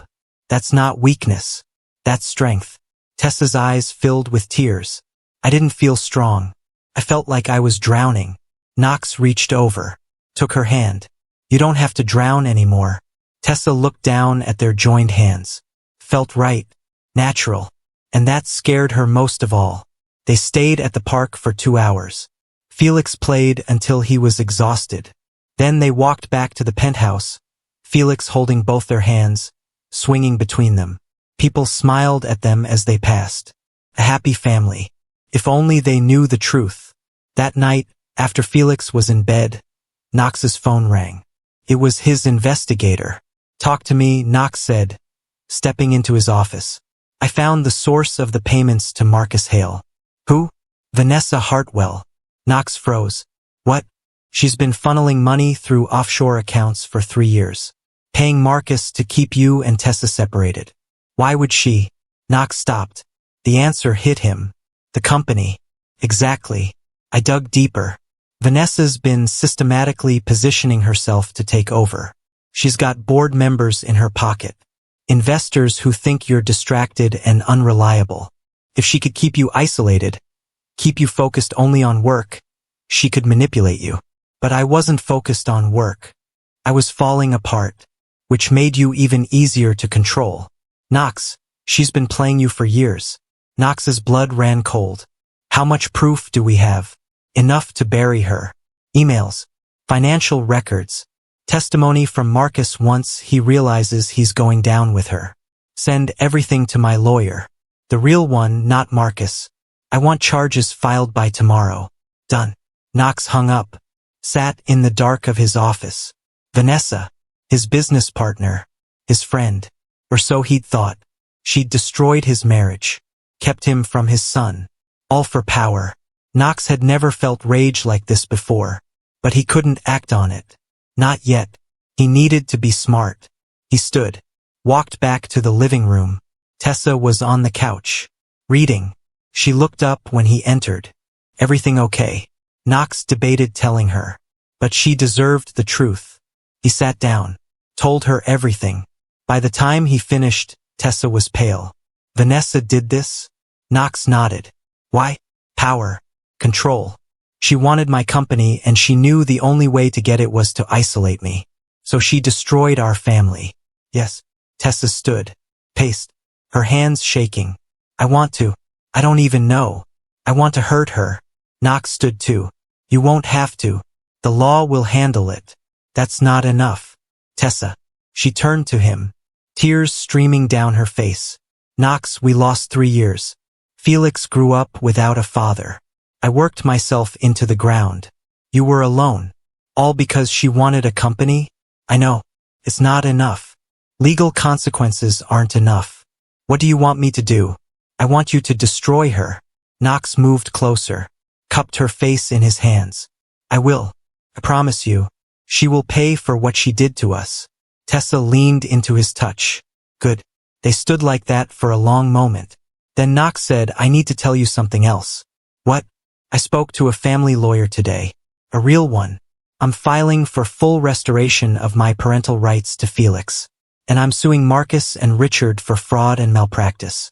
Okay. But I need your permission. Because this is going to get messy. There will be press. Tension. I don't want to put you and Felix through that if you're not ready. Tessa pulled back. Looked him in the eye. Do it. Whatever it takes. I want everyone to know what they did. Knox nodded. Then it's done. The next week was chaos. The lawsuit hit the news.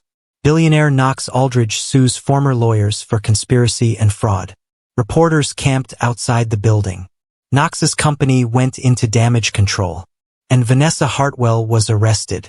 The charges were extensive: fraud, conspiracy, embezzlement. Knox watched the news coverage with grim satisfaction. Tessa watched with him. "Is it wrong that I'm glad?" she asked. "No. She deserves everything she gets." Felix wandered in. "Saw the news. Why is there a picture of our building on TV?"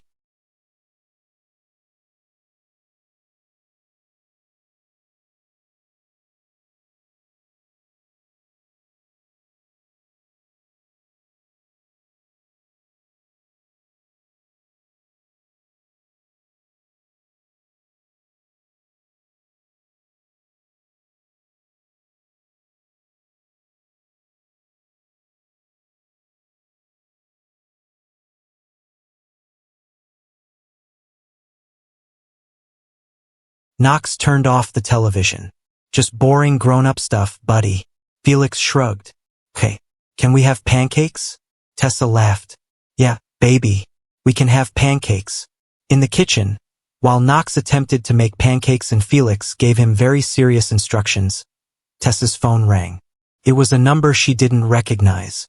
She answered cautiously. "Hello? Tessa Brennan?" "Yes. This is Amanda Cross from City General Hospital. I'm calling because we have an opening in our oncology department.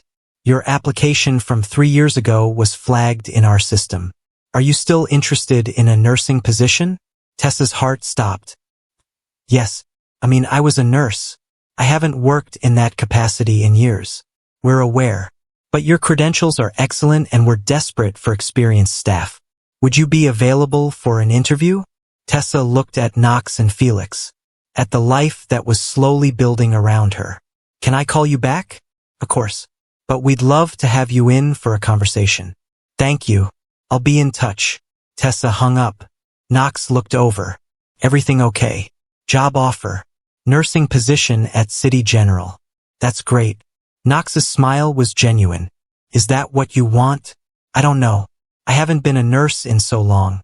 And Felix needs me. And I'm still recovering. But I miss it. I miss helping people. I miss feeling useful." "You are useful. You know what I mean." Knox flipped a pancake. "Badly. Then do it." "What?" "Take the job. If it's what you want." "Knox, I can't. I have 3 more months of recovery. And Felix is in preschool 4 days a week.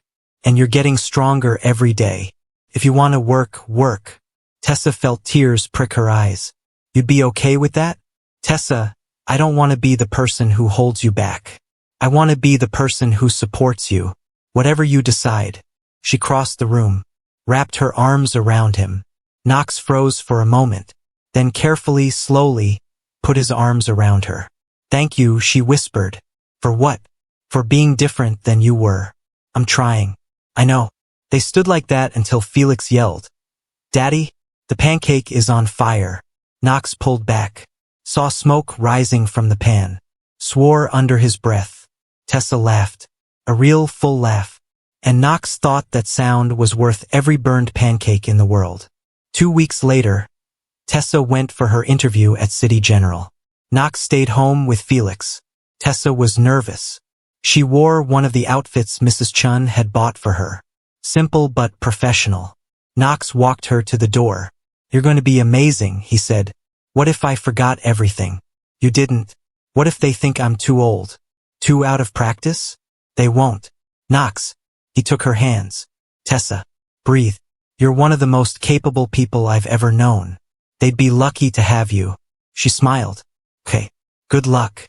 "Thanks." She kissed Felix goodbye, hugged him tight. Then she left. The interview went better than expected. The head of oncology, Dr. Sarah Mitchell, was warm and understanding. "We know you've been out of the field," she said, "but we believe in second chances. And your record speaks for itself. I appreciate that. When could you start?"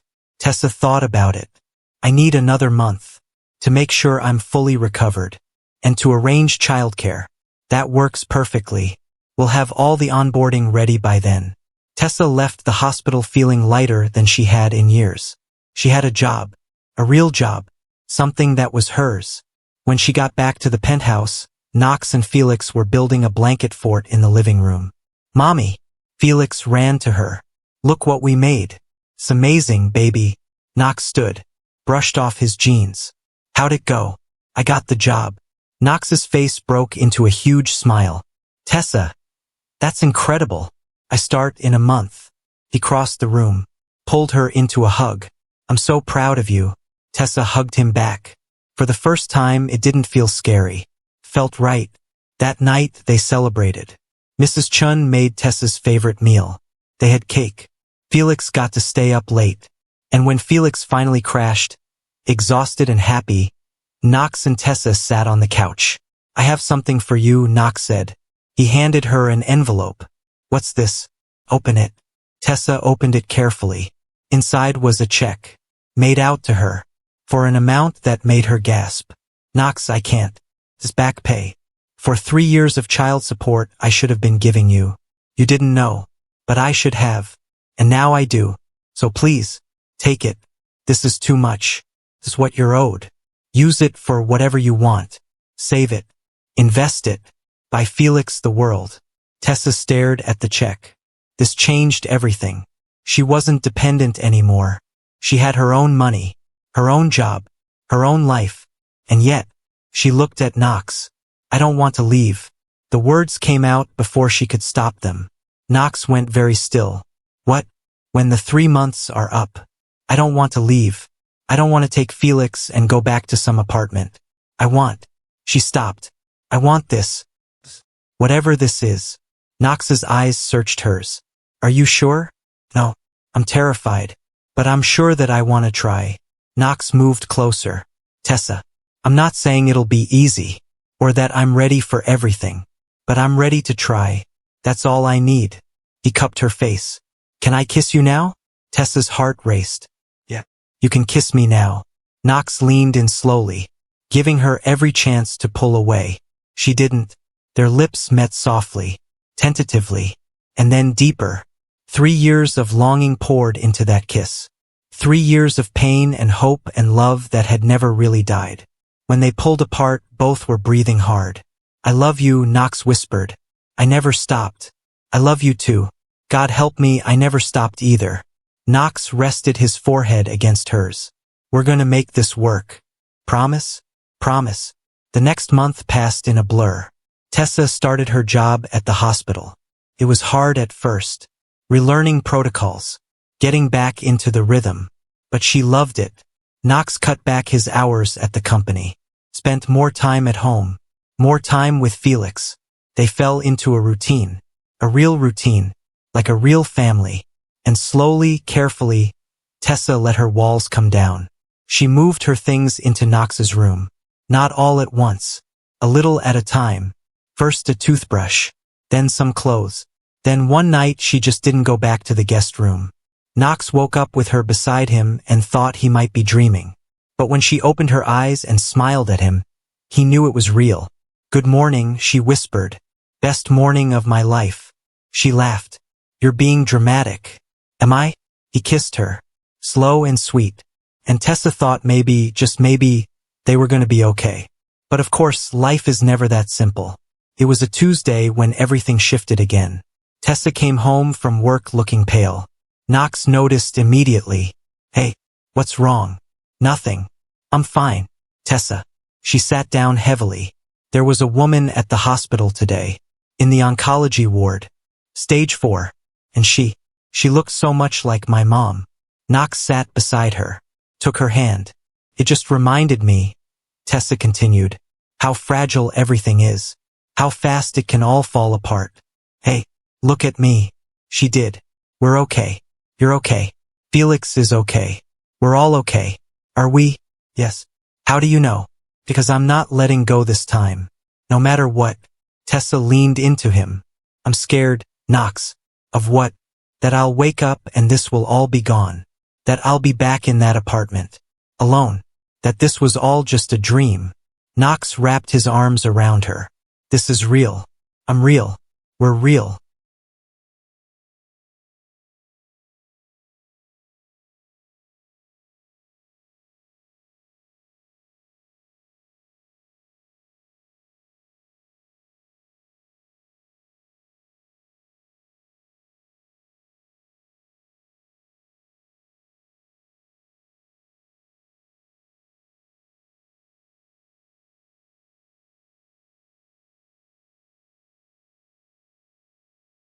Promise?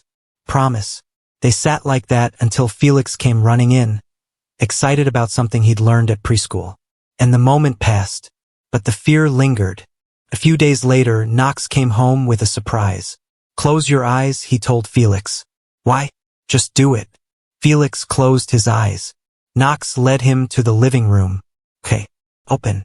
Felix opened his eyes and screamed with joy. There, in the middle of the living room, was a puppy. A golden retriever with a red bow around its neck. Is that for me? Knox grinned. All yours, buddy. Felix dropped to his knees. The puppy immediately jumped all over him, licking his face. Tessa stood in the doorway. Knox. He turned. Saw her expression. Is this okay? I should have asked first. But Tessa was smiling. It's perfect. Yeah.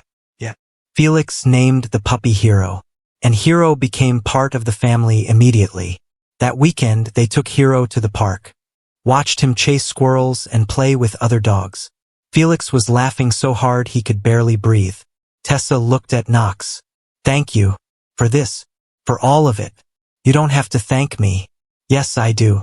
Because 3 months ago, I thought my life was over. And now, she gestured around. Now I have everything. Knox pulled her close. So do I.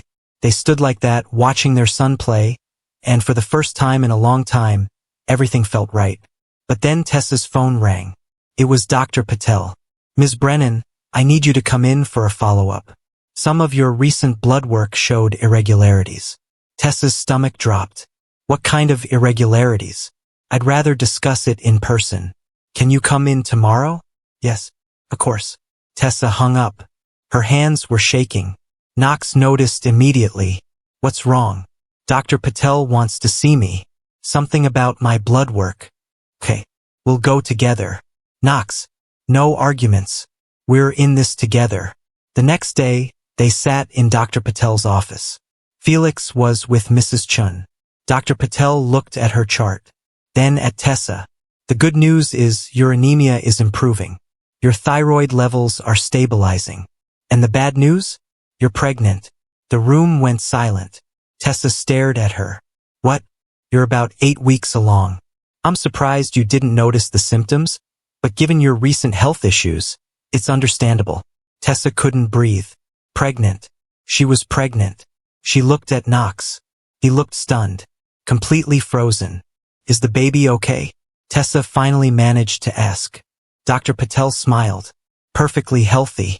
But given your recent health scare, this is going to be considered a high-risk pregnancy. You'll need frequent monitoring, lots of rest, and absolutely no stress. Okay, congratulations. Dr. Patel left them alone. Tessa and Knox sat in silence. Finally, Knox spoke. A baby? Yeah. Are you? How do you feel? Terrified. Me too. But? Tessa looked at him. But also happy. Is that crazy? No. Knox reached for her hand. It's not crazy. We're barely back together. We're still figuring things out. And now we're having a baby. Knox moved his chair closer. Tessa, we can do this. Can we? We made it through hell to get here. We can make it through anything. Tessa felt tears sliding down her cheeks. I'm scared. So am I. But I'm also happier than I've been in years. Yeah. He kissed her softly. We're having a baby, Tessa whispered. We're having a baby, Knox confirmed. And despite the fear, despite the uncertainty, they both smiled. That night, they told Felix. He was confused at first. A baby? Where? In Mommy's tummy, Knox explained. Felix's eyes went wide. Really? Really? Can I see it? Not yet. It's very tiny right now. Will it be a boy or a girl? We don't know yet. Felix thought about that. I hope it's a boy, so I can teach him to play cars. Tessa laughed. And if it's a girl, then I'll teach her too. Girls can like cars. Knox ruffled his hair. That's my boy. Felix hugged Tessa's stomach. Hi, baby. I'm your big brother. I'm gonna take care of you. Tessa's heart swelled. This was her family. Messy, complicated, unexpected. But hers. The pregnancy changed things. Tessa had to cut back her hours at the hospital. Dr. Mitchell was understanding. Knox became even more protective, constantly asking if she was okay, if she needed anything. It drove Tessa crazy. Knox, I'm pregnant, not dying. I know. I just want to make sure you're okay. I'm fine. Stop hovering. But secretly, she loved it. At 12 weeks, they went for the first ultrasound. Knox held Tessa's hand as the technician moved the wand over her belly. And then they heard it. The heartbeat. Strong. Fast. Perfect. Tessa started crying. Knox's eyes were wet too. There's your baby, the technician said, pointing to the screen. It looked like a blob. But it was their blob. Do you want to know the gender? Tessa looked at Knox. Do we?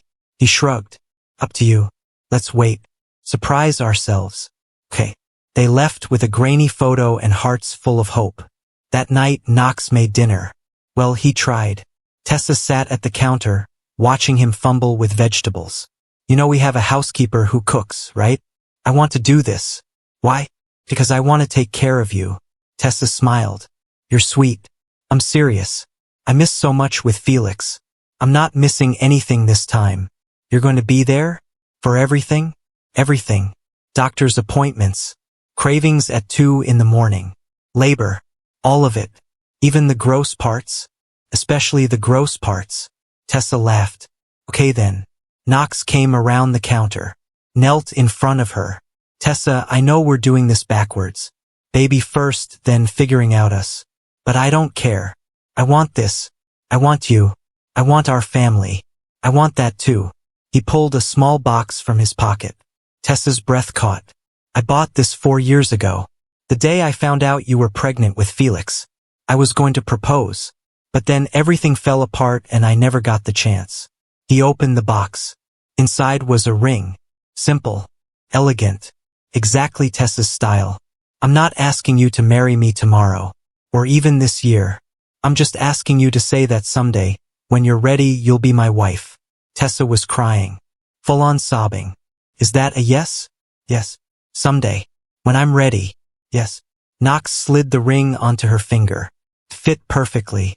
Just like everything else finally did.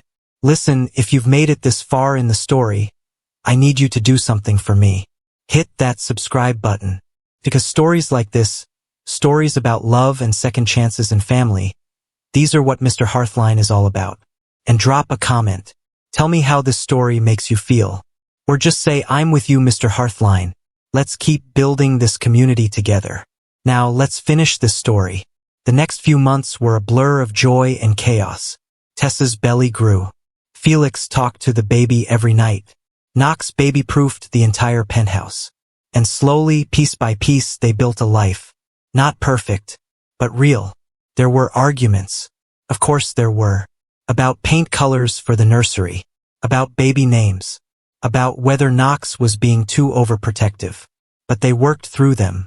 Because this time they talked. Really talked. No more silence. No more assumptions.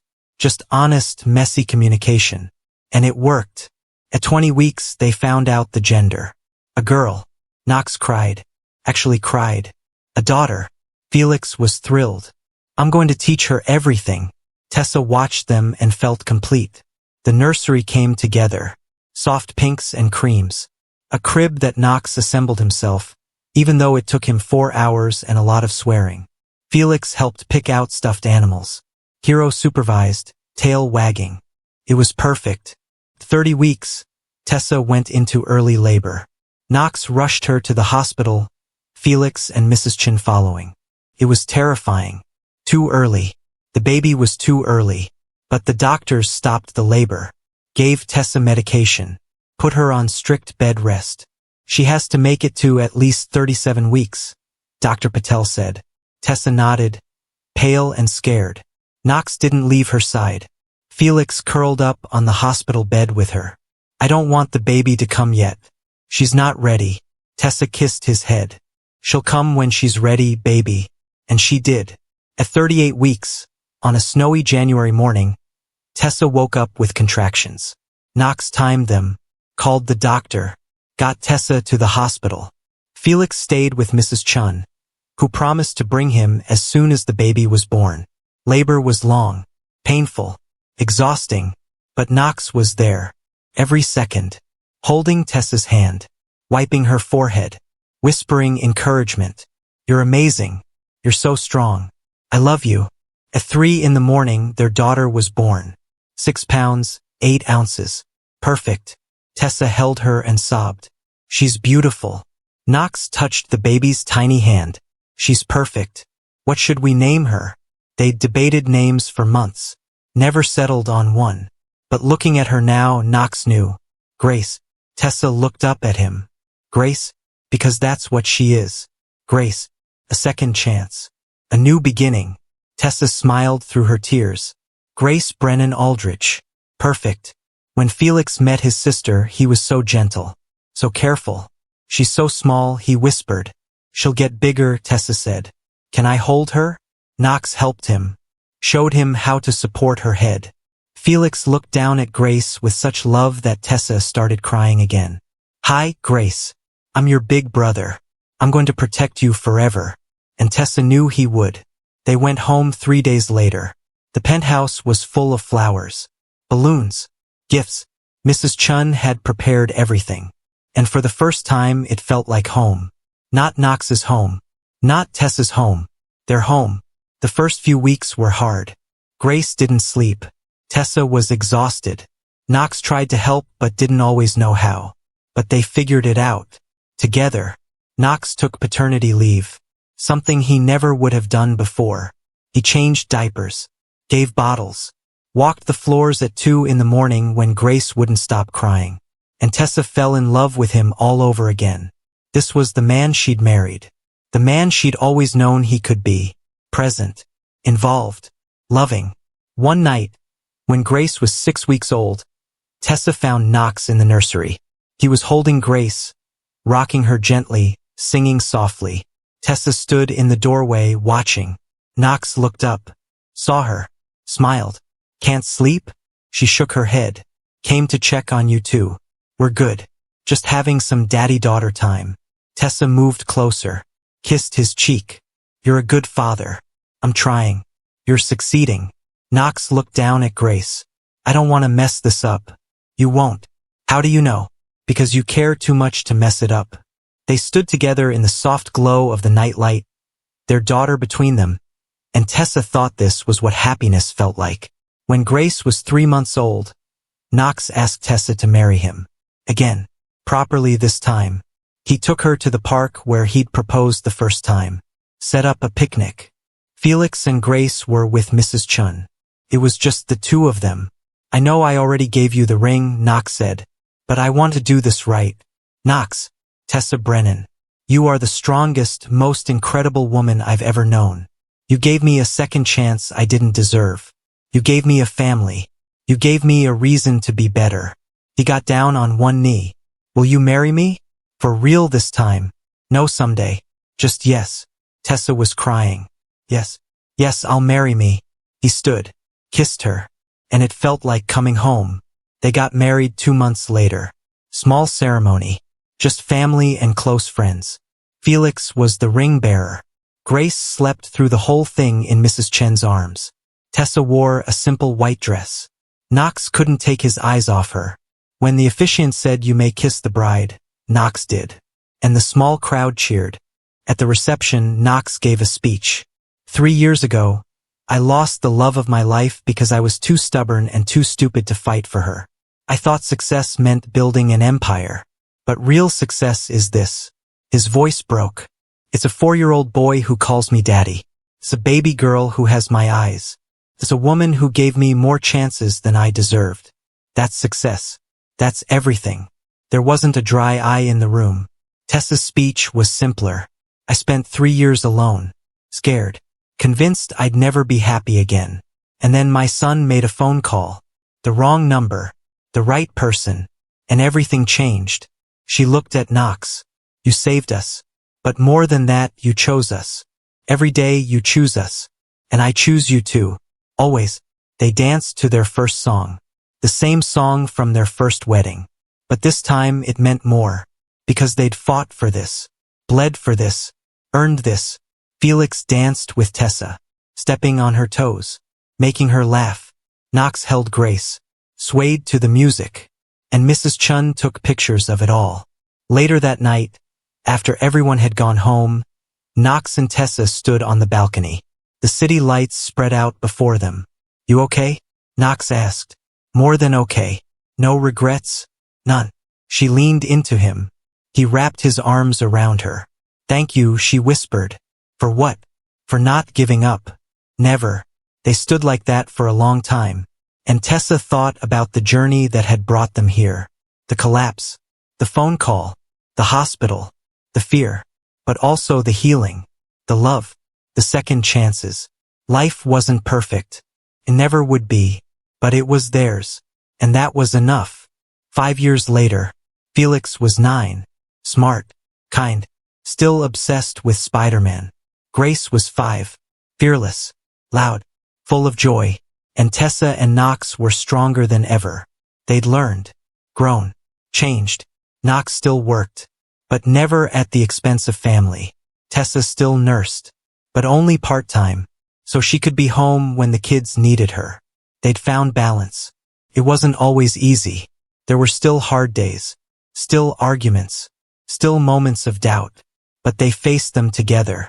One evening, Tessa found an old photo from the day Felix was born. She and Knox looked so young, so happy, so unaware of what was coming. Knox came up behind her, looked over her shoulder. "We were babies ourselves. Yeah. Do you ever wish we could go back? Do it differently?" Tessa thought about it, then shook her head. "No, because everything we went through brought us here, and I wouldn't change this for anything." Knox kissed her temple.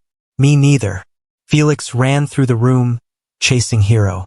Grace was right behind him, squealing with laughter. Tessa and Knox watched their chaos with matching smiles. This was life. Messy, loud, imperfect, and absolutely perfect. That night, after the kids were in bed, Knox pulled Tessa onto the couch. "I have something to tell you." Tessa raised an eyebrow. "Should I be worried?" "No." He smiled. "I'm stepping down as CEO." "What?" "I'm tired, Tessa. Tired of the meetings and the travel and the politics. I want to spend my time here, with you, with the kids. But your company will be fine without me. I'm keeping my shares, staying on the board. But the day-to-day, someone else can have it." "Are you sure?" "I've never been more sure of anything." Tessa's eyes filled with tears. "I love you. I love you too." They curled up together. Content. Complete. And Tessa thought about how different her life could have been. If Felix had dialed 911 instead of Knox. If Knox hadn't come. If they hadn't fought for each other. But he had come. And they had fought. And now they had this. Family. A home. A future. Started with a phone call. The wrong number. The right person. And it ended with everything they'd ever wanted. Not because it was easy, but because they chose each other. Every single day. And that made all the difference. Sometimes the wrong call leads you exactly where you're meant to be. Sometimes falling apart is the only way to be put back together. Sometimes the people we think we've lost are just waiting for us to find our way back. Tessa and Knox found their way back. Through pain. Through fear. Through 3 years of separation and a 4-year-old's desperate phone call. They found their way home. To each other. And that's the thing about love. Real love. It doesn't give up. It doesn't quit. It fights. It endures. It forgives. And when given a second chance, it doesn't make the same mistakes twice. Knox and Tessa didn't. They built something new. Something stronger. They learned that success isn't measured in dollars or achievements. It's measured in moments. In a child's laughter. In a partner's touch. In the quiet mornings and the chaotic evenings. In showing up. Every day. Even when it's hard. Especially when it's hard. They learned that pride is poison. That asking for help isn't weakness. That vulnerability is the bravest thing you can offer someone. They learned that family isn't about perfection. It's about presence. And they were present. For all of it. The good days and the bad days. The triumphs and the failures. The ordinary moments that make up a life. They were there. Together. And that's what mattered. Years later, when Felix was grown and Grace was in high school, Knox would look back on that phone call, the one that changed everything, and he'd be grateful. Grateful for a 4-year-old's mistake. Grateful for a second chance. Grateful for a love that refused to die. Because that phone call didn't just save Tessa's life. It saved all of them. It gave them back to each other. And that was worth everything. So if you're watching this and you've lost someone you love, if you've made mistakes, if you think it's too late, it's not. It's never too late to fight for what matters. It's never too late to say I'm sorry. It's never too late to show up. Because sometimes the wrong number is exactly the right call. Sometimes falling is the first step to flying. And sometimes love just needs one more chance to get it right. Give it that chance. Fight for it. Show up for it. Choose it. Every single day. Because in the end, love is all that matters. Not money. Not success. Not pride. Just love. The messy, complicated, beautiful kind. The kind that saves you. The kind that brings you home. Thank you for being here. For listening to this story. For believing in second chances and true love and the power of showing up. If the story touched your heart, please share it.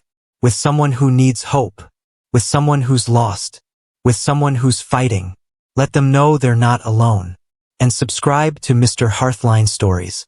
Because every week we bring you stories that heal. That inspire. That remind you what really matters. Drop a comment below. Tell me where you're watching from. Tell me your story. Or just say I'm with you, Mr Hearthline. I read every single one. And I'm grateful for every single one of you. Until next time, remember this. Love is worth fighting for. Family is worth everything. And sometimes the wrong call brings you exactly where you need to be. See you in the next story. This is Mr Hearthline, reminding you to choose love every single day.